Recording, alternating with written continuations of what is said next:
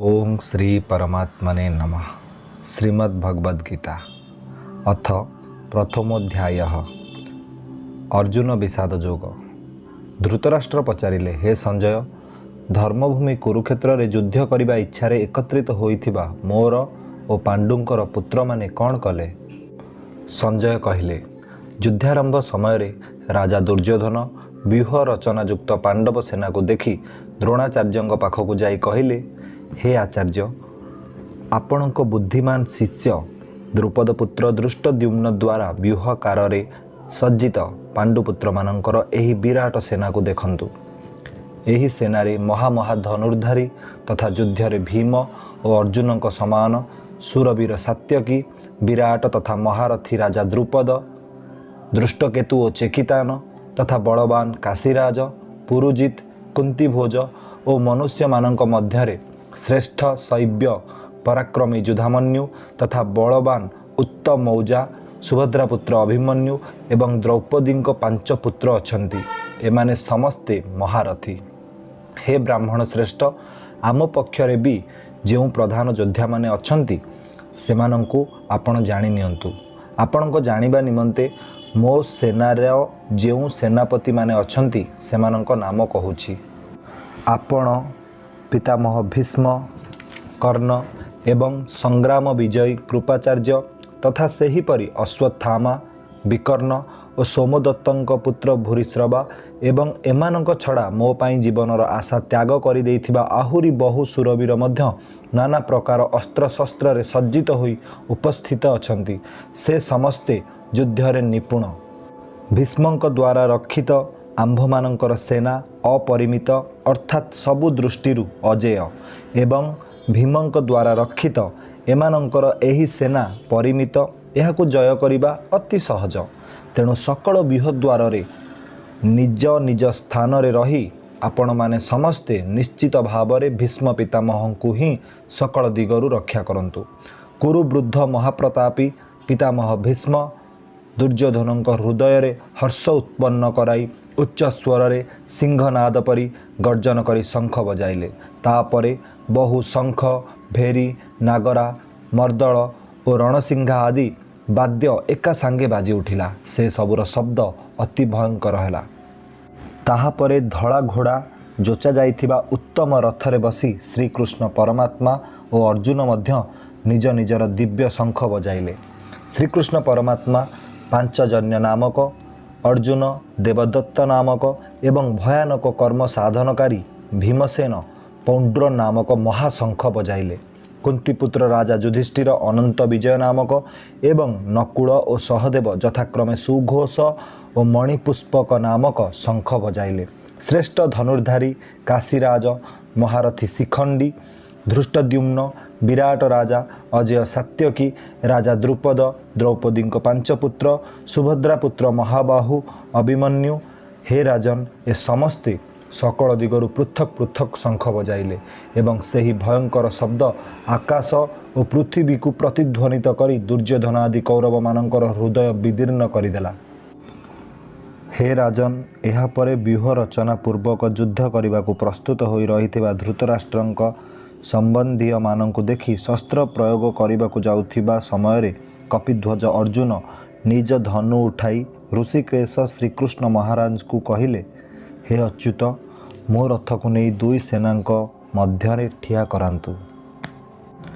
एही युद्ध रूपक व्यापार रे मते काहा काहा सहित युद्ध करने को हेबो।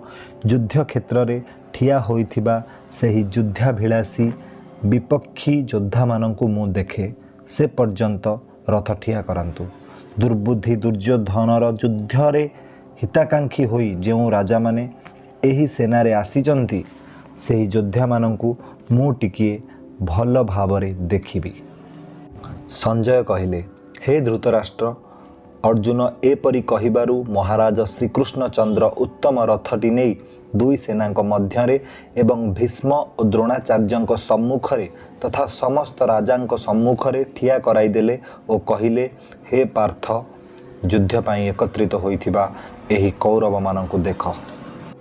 तापरे पृथापुत्र अर्जुन सेही उभय सेना मध्यरे विद्यमान पितृ, पितामह, आचार्य, मामू, भाई पुओ नाती मित्र श्वशुर ओ सुहृद मानंकु ही देखिबाकु पाइले।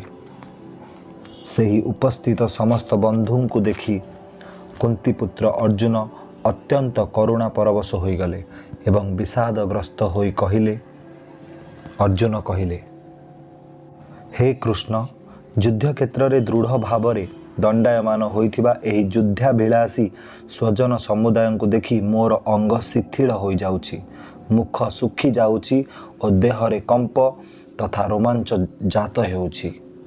ହାତରୁ ଗାଣ୍ଡିବ ଧନୁ ଖସି ପଡ଼ୁଛି, ଚର୍ମ ବି ଭୀଷଣ ଜ୍ୱାଳା କରୁଛି ତଥା ମୋର ମନ ଭ୍ରମିତ ହେଲା ପରି ଲାଗୁଛି।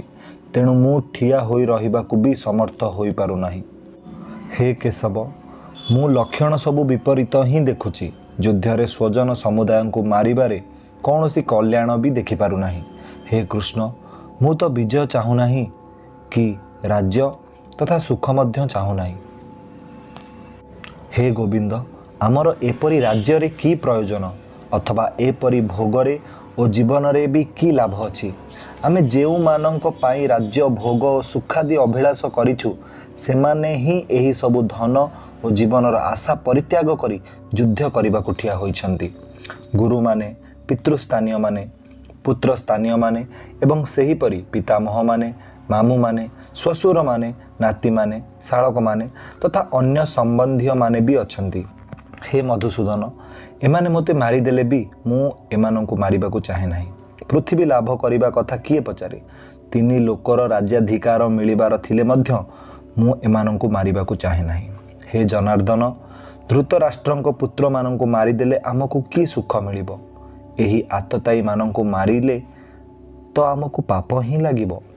ତେଣୁ ହେ ମାଧବ, ନିଜର ବାନ୍ଧବ ଦୁର୍ଯ୍ୟୋଧନାଦିଙ୍କୁ ମାରିବା ଆମ ପକ୍ଷରେ ଉଚିତ ହେବ ନାହିଁ, କାରଣ ନିଜ କୁଟୁମ୍ବ ଲୋକଙ୍କୁ ମାରି ଆମେ କିପରି ସୁଖୀ ହୋଇପାରିବୁ?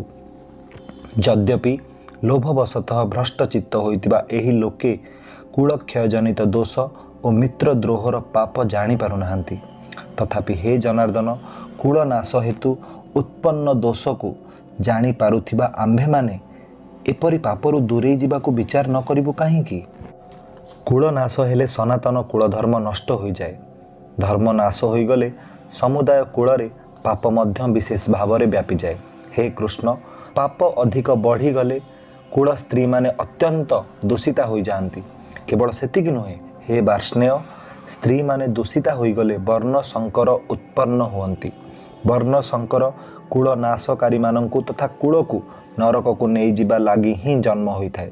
ପିଣ୍ଡ କ୍ରିୟା ଓ ଜଳଦାନ କ୍ରିୟା ଲୁପ୍ତ ହେବାରୁ ପିତୃଲୋକମାନେ ଶ୍ରାଦ୍ଧ ଓ ତର୍ପଣରୁ ବଞ୍ଚିତ ହୋଇ ଅଧୋଗତି ପ୍ରାପ୍ତ ହୁଅନ୍ତି। ଏହି ବର୍ଣ୍ଣ ସଂକର କାରକ ଦୋଷରୁ କୂଳଘାତକମାନଙ୍କର ସନାତନ କୂଳଧର୍ମ ଓ ଜାତିଧର୍ମ ନଷ୍ଟ ହୋଇଯାଏ।